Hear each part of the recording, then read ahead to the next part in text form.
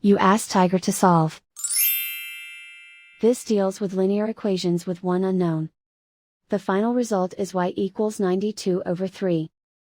Let's solve it step by step. Group all constants on the right side of the equation. Subtract 20 from both sides. Group like terms. Simplify the arithmetic.